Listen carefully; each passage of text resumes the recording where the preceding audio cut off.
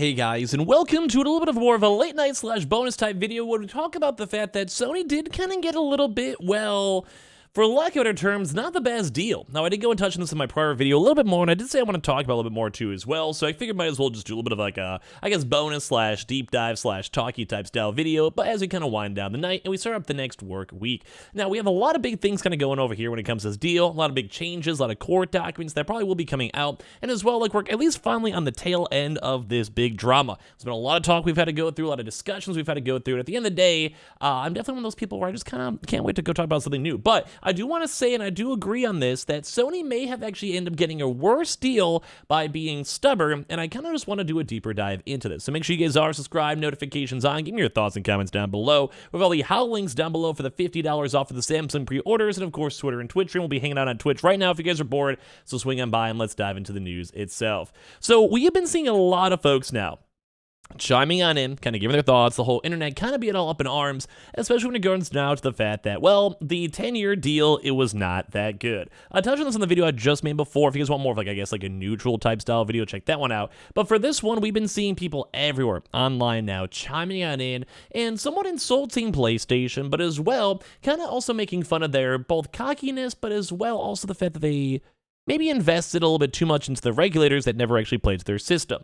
We have like things over here like from Colin Eastwood saying, Jim Ryan tried to make Xbox sweat it out. And they kind of did. They just wanted to sit there and say we have no deal, we have to wait for the proper regulations, and even on emails themselves, we did go and see Jim Ryan go and state, yeah, we'll just let the regulators deal with it. Especially in regards now to big talks with Sony executives too as well, not only just PlayStation executives. Now, I'm not anti-PlayStation. If anything, sometimes people even say I'm a little bit more favored towards PlayStation, but I would probably say a lot of folks would probably agree.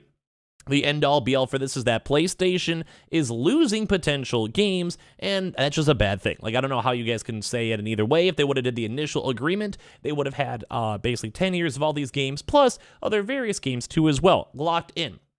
Instead of right now, it does seem like the deal only does go and mention Call of Duty, which you mentioned before. Now, this always could go and change over time. There could be people that maybe mention some stuff. They might have like we'll throw them freebies. They may have to work on like a separate newer contract over time. So there is not the end-all be-all. But, like I said, PlayStation basically got a worse deal from them basically waiting for such a long time. So now only Call of Duty, which has been now confirmed a little bit more, will be remaining with the status quo, and other games such as Diablo, Spyro, Crash, Prototype, new IPs, and as well things like even like Guitar Hero may have a lot more issues against being even ran on PlayStation. We've had things like, say, Tom Warren bring up saying like Microsoft has confirmed to The Verge that Sony's 10-year Call of Duty deal is limited to COD. Microsoft originally offered to keep existing Activision console titles on Sony, including future versions of current Activision games on PlayStation till the end of 2027. Now that's a big thing to go and know.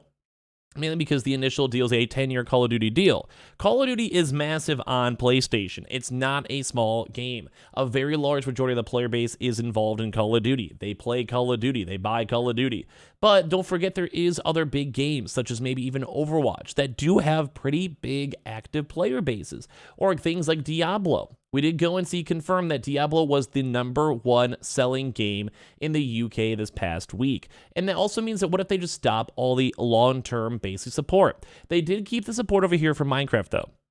But in terms of their contract and contract law, they did not improve this so far. So in theory, they could have actually had maybe a better deal of having Call of Duty for the next 10 years, as well as also all the other various games still being supported until 2027. They even have an email over here, which should highlight in a second, saying Jim, so to Jim Ryan.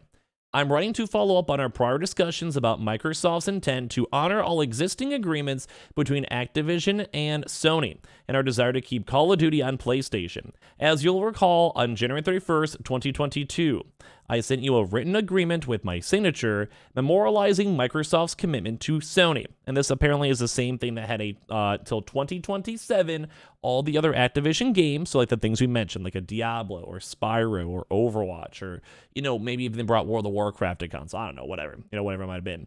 Basically them confirming it, like him literally signing it, saying, if you sign this deal, we'll make it through. I already signed it myself in good faith, sign it, bucko, and we can move on with this acquisition. Mainly because they were being held up in court at that time, and they still technically are, and well, at that point, they're trying to basically go and call out Jim Ryan and say like, hey, bro, let's just get this done. Like, let's just move on. We'll give you a good deal. 10 years, Call of Duty 27 until all the other games. It's a few years. Like, if you guys can't figure stuff out by then good luck to you. This would also maybe probably make us maybe the second biggest gaming company. We'll have to see how it kind of goes from there.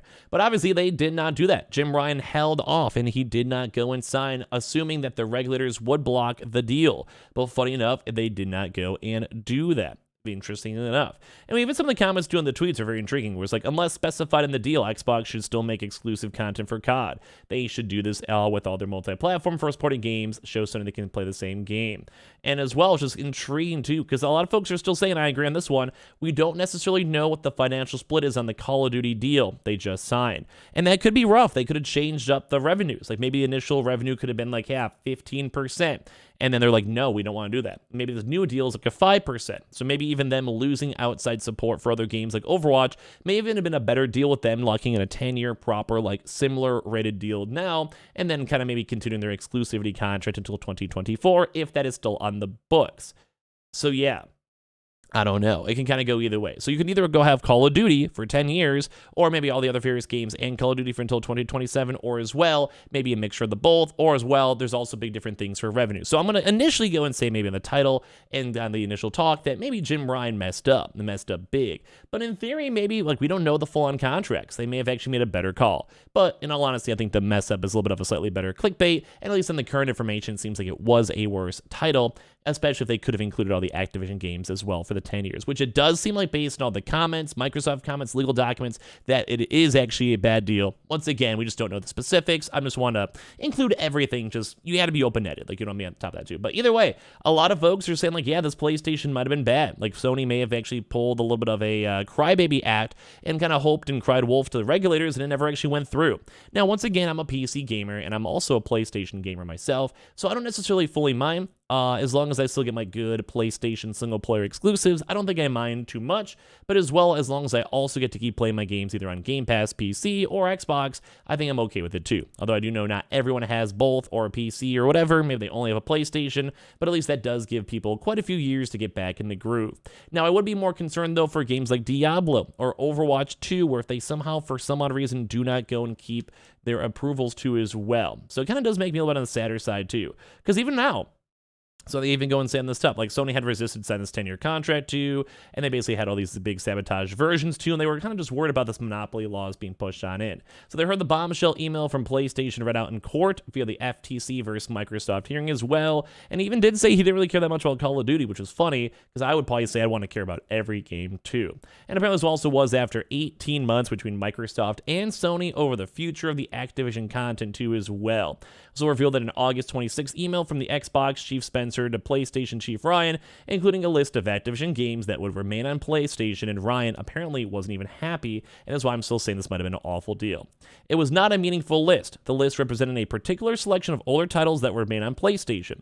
For example, Overwatch is on there, but Overwatch 2 is not on there, the current version of the game. So this is why I'm a little bit scared on this future, because it could have gone either way.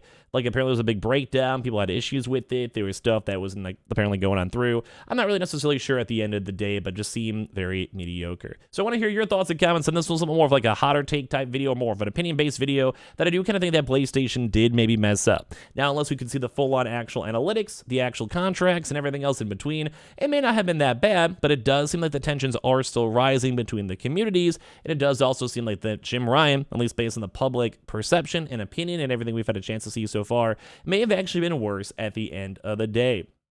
I don't know. The deal could really kind of go either way. Like I said, they said it was inadequate on many levels. It failed to take an impact of all the gamers that saw this. And of course, a lot of folks are just concerned at the end of the day of, well, what might go and happen. Online and social media, a lot of people are saying Jim Ryan has not been happy. The regulators apparently have just not done their jobs, quote unquote, and we're still waiting for the CMA and Microsoft to finalize their thoughts on this one because they still want to have an extension, although it does seem that the Xbox acquisition will still be going through regardless, and we'll have to see how the future of all these games will end up being. So I want to hear, obviously, all your thoughts and comments. I guess a little more of a hotter take type video. Definitely go check out the Samsung links down below in the how links for the $50 off, no commitment needed reservation. We have the Twitter and Twitch stream down below if you guys want to follow. We have all the Amazon links too, and of course, swing by the Twitch stream and say hi if you guys are all bored. Love you guys.